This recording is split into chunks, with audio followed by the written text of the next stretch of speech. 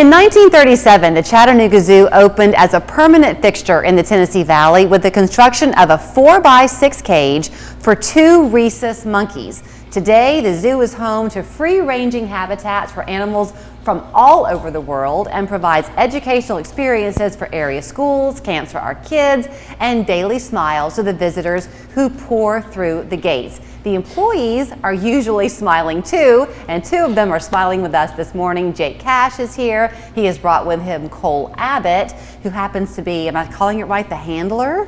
Yeah, expert? Handler, ambassador, keeper, whatever you want to call it. This is Tommy, who's made himself quite at home, and he is an African Cape porcupine. Yes.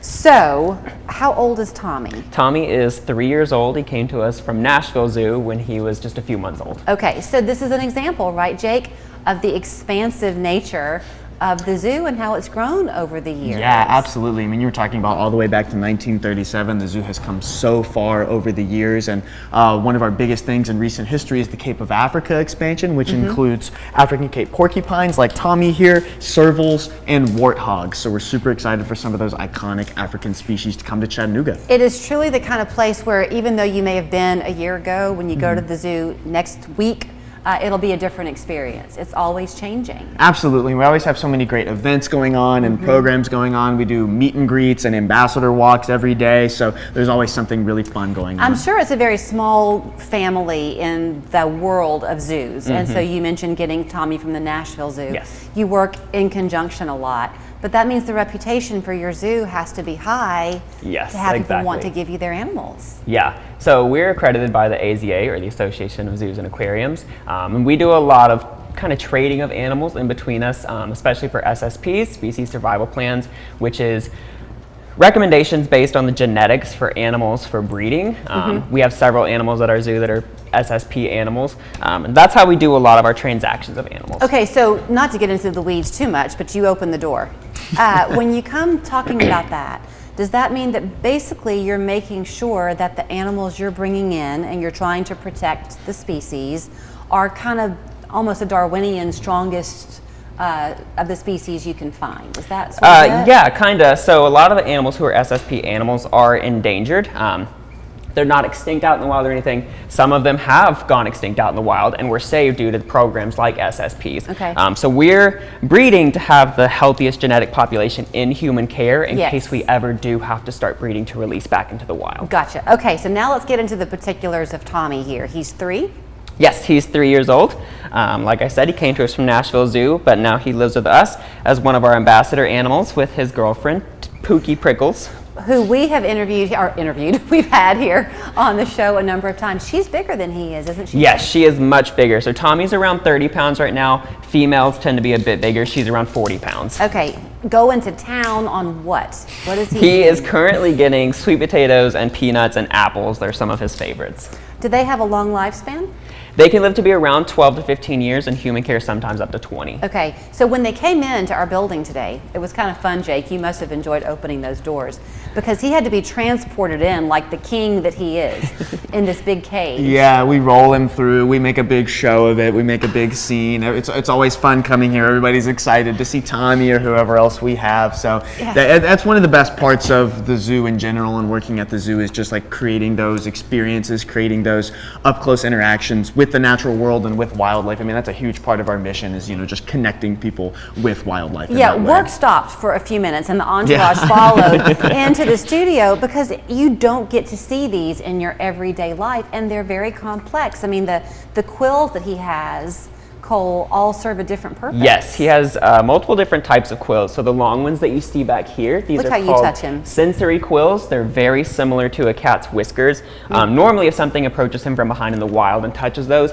he's going to flare the rest of these quills out. So that's going to let him know that something's back there.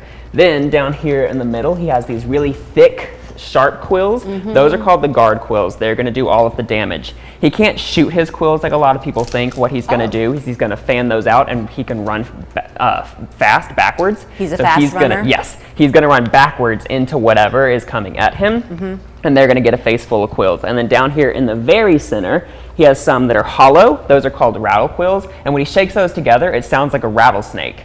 So it's going to be a very scary sound for anything approaching him. Who would be his predator? Who would want to A lot of big cats in Africa, like lions, leopards, stuff like that. Okay, so let's talk about the zoo a little bit.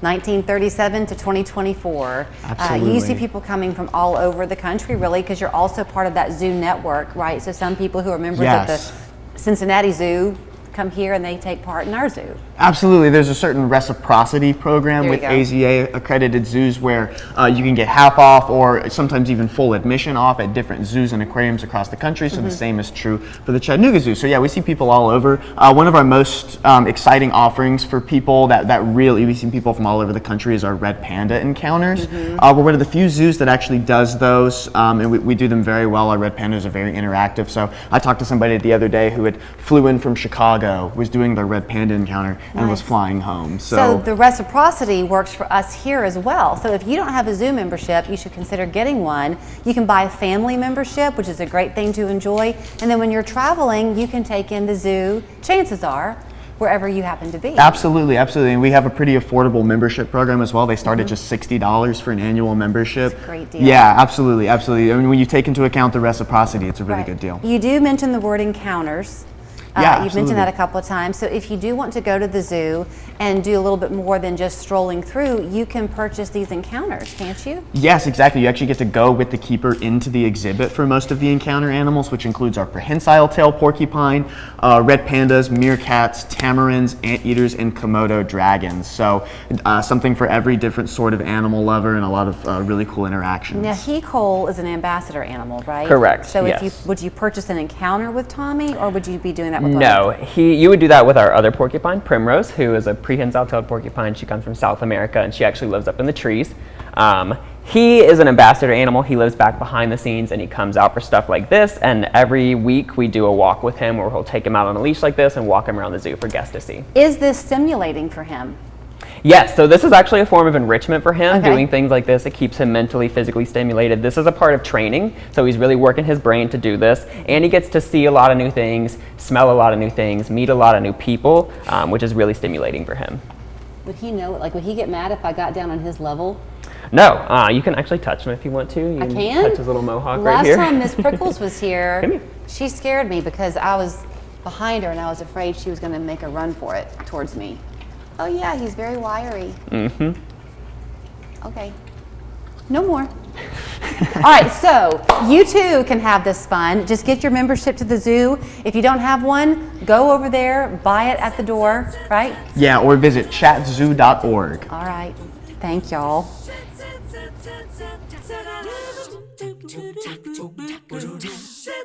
Hi, I'm Trevor. Welcome to the Hemp House. Let me show you where the treats are. Our selection of local products allows the Hemp House to bring a little calm to life's journey.